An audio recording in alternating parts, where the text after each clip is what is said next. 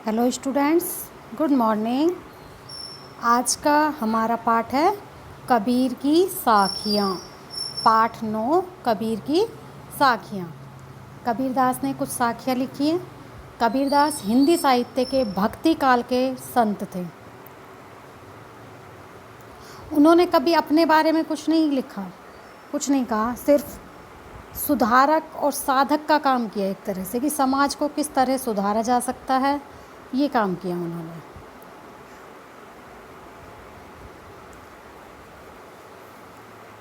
कबीरदास की जो रचनाएं हैं जितनी भी, उनको 3 भागों में डिवाइड किया गया है, जैसे साखी, सबद और रामायणी। और इनकी जो साखियों की या सबद या रामायणी जो रचनाएं हैं, उनकी जो भाषा है वो सद्दुक्कड़ी भाषा है, सद्दुक्कड़ी भाषा। उन्होंने ज़्यादातर जितनी भी दोहे लिखे, अपनी साखियाँ लिखी, उनमें सिर्फ सुधारक का काम किया, साधुओं से तुलना की कि हमें कैसा होना चाहिए, कैसा नहीं होना चाहिए, सिर्फ समाज को सुधारने का काम किया है। तो देखिए, हमारी पहली साखी है, जाति ने पूछो साध की, पूछ लीजिए ज्ञान, मोल करो तलवार को, पड़ा रहन दो म्यान। म्यान होती है जिसमें हम तलवार रखते हैं, और तलवार क्या होती है? तलवार। जाति होती है, कास्ट जो हमारी होती है, जात। साध यानी सज्जन लोग, साधु पुरुष। ज्ञान होता है जो हमारी नॉलेज होती है, उसे। मोल मूल्य, कीमत, वैल्यू, ठीक है। जाति ने पूछो साध की, कबीरदास जी कहते हैं कभी भी साधु या सज्जन व्यक्ति की जाति मत पूछो कि उसकी जाति क्या है। साधु व्यक्ति का मतलब ये नहीं कि वो ब्राह्मण कुल से ही संबंधित हो, नहीं। साधु या सज्जन का मतलब है जो अच्छे गुण वाला व्यक्ति होता है, सज्जनशील स्वभाव का हो, वो होता है सज्जन। पूछ लीजिए ज्ञान, उसका ज्ञान पूछ लीजिए कि उसमें कितना ज्ञान है। मोल करो तलवार का, मोल करो, मोल यानी मूल्य। जब हम तलवार खरीदते तो हम तलवार का मूल्य पूछते हैं। पड़ा रहन दो म्यान, म्यान का नहीं पूछते। म्यान जिसमें कि हम तलवार को रखते हैं, तलवार रखने का जो खोल होता है, कवर, उसको म्यान कहते हैं। ये तो आपको पता ही है कि हम ये तो नहीं पूछते तलवार का खोल कैसा है, उसकी कीमत तो नहीं लगाई जाती, सिर्फ तलवार की कीमत लगाई जाती है, क्योंकि काम हमारे क्या आती है? तलवार आती है। तो उसी प्रकार पहले ज़माने में हमने देखा जाति पाति बहुत ज़्यादा थी। मजहब पूछा जाता था, किस जाति से, शूद्र हो, ब्राह्मण हो, क्षत्रिय हो, ये सब पूछा जाता था। जैसे आपने महाभारत में भी देखा कि कर्ण जो था, जब गुरु द्रोणाचार्य के पास शिक्षा के लिए गया तो उन्होंने क्या कहा कि मैं सिर्फ राजकुमारों यानी क्षत्रियों और को शिक्षा देता हूँ, शूद्र पुत्र को नहीं दे सकता। उन्होंने मना कर दिया। फिर वो परशुराम के पास गए तो परशुराम का भी ये था, उन्हें पता था कि वो सिर्फ ब्राह्मण पुत्र को ही शिक्षा देंगे, शिक्षा शास्त्र विद्या सिखाएंगे। तो उन्होंने क्या किया, उन्होंने ये नहीं बताया कि मैं शूद्र हूँ, या उसे भी नहीं पता था कि मैं क्षत्रिय हूँ। तो उसने क्या किया, ब्राह्मण बन के उनसे शिक्षा ग्रहण की, अस्त्र शस्त्र विद्या सीखी। लेकिन बाद में परशुराम को पता लगा कि ये क्षत्रिय है, तो उन्होंने उसे श्राप दिया कि तुमने मुझसे धोखा किया है। तो ये सारी पहले जाति पाति पूछी जाती थी पहले जब, लेकिन अब ऐसा नहीं है। तो यही चीज़ कबीरदास जी क्या कहते हैं कि सज्जन पुरुष जो होता है, साधु जो होता है, उसकी कभी जाति मत पूछो, सिर्फ उसका ज्ञान देखो कि उसके अंदर कितना ज्ञान छिपा हुआ है। उस ज्ञान को हमें, उसको ज्ञान को जानना चाहिए कि उसके अंदर कितना ज्ञान है। जिस प्रकार हम जब तलवार खरीदने जाते हैं, हम तलवार का मोल भाव करते हैं, ना कि उसके म्यान का। तो हमें सिर्फ तलवार का ही मोल भाव करना चाहिए, उसके म्यान का नहीं करना चाहिए। उसी प्रकार साधु व्यक्ति की, सज्जन व्यक्ति की भी अच्छाइयों को, ज्ञान को देखना चाहिए, ना कि उसकी जाति को। ठीक है। नेक्स्ट देखिए, मतलब कहने का ये है कि कबीरदास जी कहते हैं लोगों की वास्तविकता को जानने और समझने की कोशिश करनी चाहिए हमें। ये नहीं कि बाहरी दिखावा देखना चाहिए वो कैसा है, उसको नहीं, और ना उसकी जाति पर जाना चाहिए कि ये नीच जाति का है, तो इससे कोई मतलब नहीं है। ठीक है, नेक्स्ट देखिए आप, आवत गारी एक है उल्टत होई अनेक, कह कबीर नहीं उल्टिए वही एक की एक। आवत आते समय, गारी गाली, जो अपशब्द होते हैं वो, गाली शब्द हम बोलते हैं तो अच्छा सा नहीं लगता, अपशब्द जो होते हैं वो। एक है, एक है, उल्टत उलटना, होई अनेक, होई हो जाती अनेक, अनेक। कह कबीर नहीं उलटिए, उलटिए उल्टो, वही एक की एक, वो एक की एक ही रह जाती। तो कबीरदास जी कहते हैं जब कोई व्यक्ति किसी व्यक्ति को गाली देता है तो वो एक रहती है, लेकिन जब हम उसको पलट कर हम भी उसे गाली देते हैं तो वो क्या हो जाती है, अनेक हो जाती हैं। कहने का मतलब ये है, अगर एक व्यक्ति ने हमें कुछ अपशब्द कहे, कोई गाली दी, बुरा कहा, तो हमें क्या करना चाहिए, उस चीज़ को इग्नोर कर देना चाहिए, उस पर ध्यान नहीं देना चाहिए। तो वो एक गाली दे के, दो दे के रह जाएगा, वो ये तो कोई जवाब नहीं दे। अगर हम भी बदले में, उसने एक बोला तो हम भी उसको एक बोले, फिर वो दोबारा बोलेगा, फिर हम बोलेंगे, फिर वो बोलेगा, तो उससे क्या होगी, बात बढ़ती जाएगी और एक गाली से अनेक गालियाँ बन जाएंगी। क्योंकि एक बार वो बोलेगा, फिर हम बोलेंगे, वो बोलेगा, फिर हम बोलेंगे, तो उस बात को हमें क्या करना चाहिए, अगर उसने एक गलत शब्द हमें बोल भी दिया तो हमें उस चीज़ को इग्नोर कर देना चाहिए, उस पर ध्यान नहीं देना चाहिए, उस बात को वहीं ख़त्म कर देनी चाहिए। अगर हम उसे पलटकर उसके प्रतिक्रिया करते हैं, उसको पलटकर जवाब देते गाली का, हम भी कुछ कहेंगे तो वो दूसरी भी देगा, तो ऐसे वो एक गाली अनेक गालियाँ बन जाएंगी। तो कबीरदास जी कहते हैं कि उस एक गाली को एक ही रहने दो, उसे कभी पलटकर जवाब मत दो। ठीक है, कि क्योंकि बुराई से बुराई को नष्ट नहीं करना चाहिए। बुराई को किससे नष्ट किया जा सकता है, अच्छाई से। क्योंकि जब हम अगर उसको देखेंगे कि वो गलत शब्द बोल रहे हैं, हम उसको जवाब ही नहीं देंगे, तो एक दो बार बोल के, तीन बार बोल के अपने आप चुप हो जाएगा। ठीक है, नेक्स्ट देखिए, माला तो कर में फिरे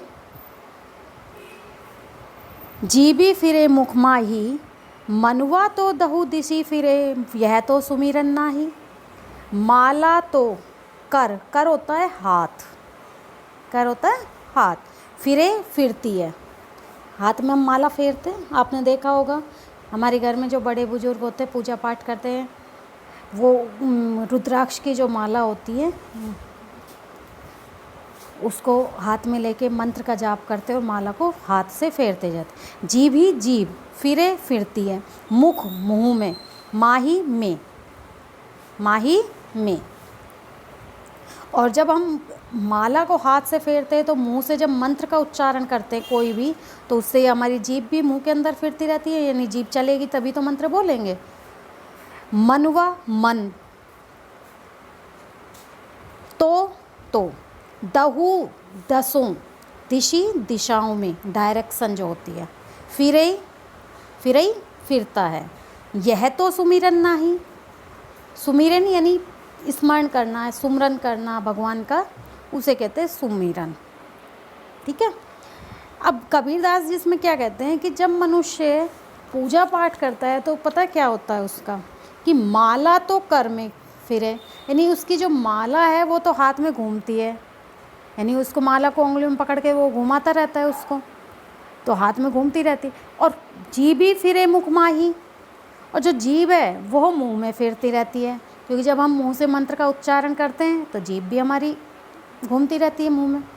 मनुआ तो दहु दिशी फिरे, लेकिन जो मनुष्य है उसका जो मन है वो बहुत ही गतिशील है, चंचल है, स्थिर नहीं है मनुष्य का मन। तो वो क्या है, हम बैठे पूजा घर के सामने अपने माला हाथ में ले रखिए, मुंह से मंत्रों का उच्चारण कर रहे हैं, लेकिन हमारा जो मन है वो दसों दिशाओं में घूम रहा है कि कहाँ से कहाँ पहुंच जाता है, कि क्या चल रहा है क्या नहीं। और भी नहीं तो यही याद आ जाता है कि देखना बेटा गैस बंद है, देखना बेटा कौन आया है, अरे क्या कर रहा है भाई तू, ये सब चलता रहता है। और पता नहीं मन में क्या क्या ख्याल आते रहते हैं कि वहाँ ये हुआ, ये हो रहा है, ये ठीक है। तो हमारा जो मन है मनुष्य का, वो स्थिर नहीं होता है, वो चंचल है, वो एक स्थान पर कभी स्थिर नहीं रहता है। तो कबीरदास जी ये कहते हैं फिर सुमिरन ना है, यह तो सुमिरन नहीं है, ये भगवान को याद करने का तरीका तो नहीं हुआ भाई। ये याद करने का तरीका कहाँ हुआ कि तुम हाथ में माला, मुंह में राम राम राम राम जप रहे हो, हाथ से माला को फेर रहे हो, लेकिन तुम्हारा मन कहीं और ही दिशा में। तो कबीरदास जी कहते ने इसमें क्या कहा है कि मन जो है हमारा वो चंचल है बहुत, तो मन को भी स्थिर रखना चाहिए हमें, तभी हमारा सुमिरन करने का यानी भगवान का स्मरण करने का फ़ायदा है, नहीं तो कोई फ़ायदा नहीं है ऐसे स्मरण का, क्योंकि हमारा मन कहीं और है और हाथ से हम हर हर हर महादेव जपे जा रहे हैं, उससे कोई फ़ायदा नहीं है। ठीक है, तो हमें अपने मन को स्थिर करना चाहिए। नेक्स्ट देखिए, कबीर घास ने नी दिए जो पाऊ तली होई, उड़ी पड़े जब आँखी में खरी दुहेली होई। कबीरदास जी कहते हैं कि घास तो आपको पता ही है, दूब या घास हरी हरी जो होती है, न नहीं नीदिए निंदा करना, जो पाऊ होती है पैर, तली मीन्स नीचे, होई होती है, उड़ी उड़ती है, पड़े उड़कर जब पड़ जाए गिर जाए, जब आँख में खरी बहुत अधिक, दुहेली दुखदाई या कष्टदायक कष्टप्रद। तो कबीरदास जी क्या कहते हैं कि घास की कभी निंदा मत करिए, घास जो होती है उसकी कभी निंदा मत करिए, नींदिए यानी निंदा मत करिए, बुराई मत करो उसकी। उस जो पाहु तली होई, जो हमारे पैरों के नीचे दबी हुई होती है।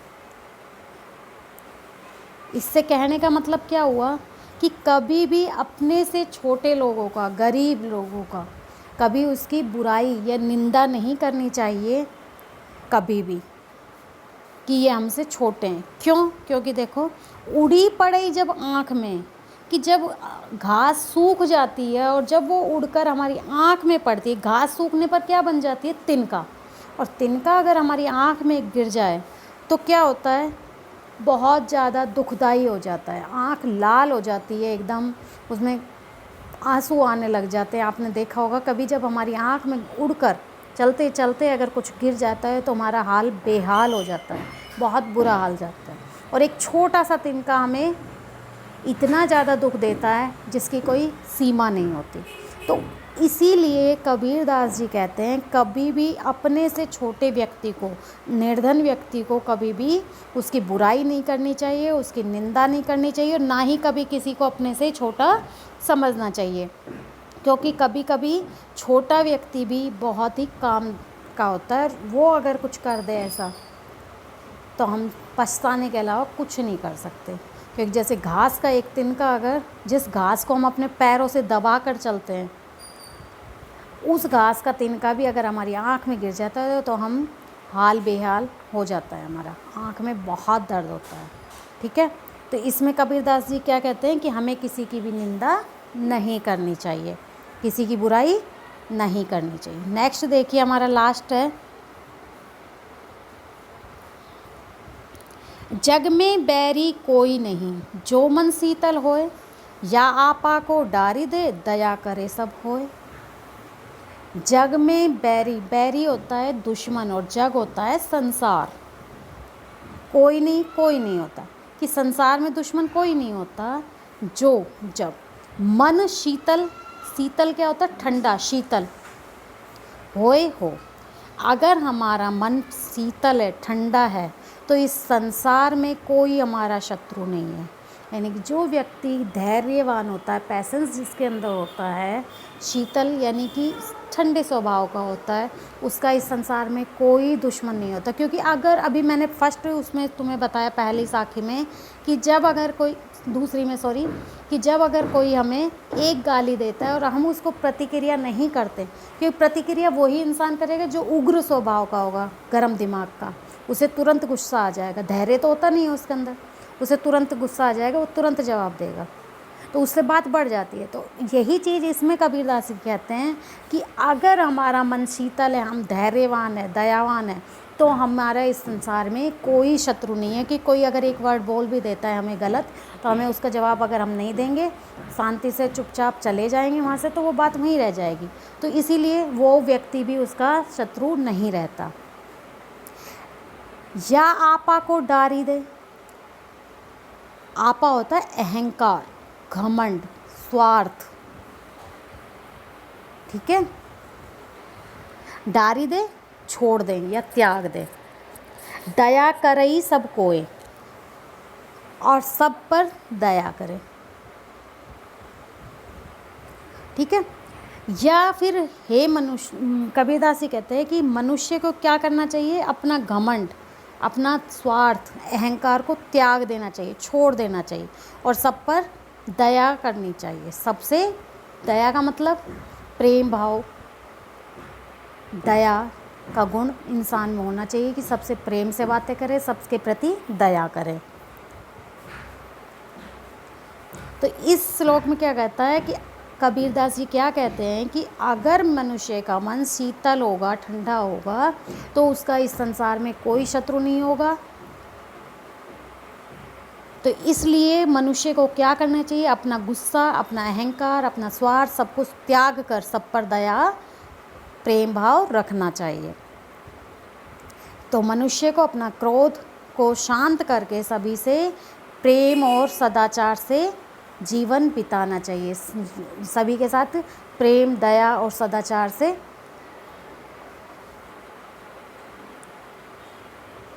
से रहना चाहिए, ठीक है।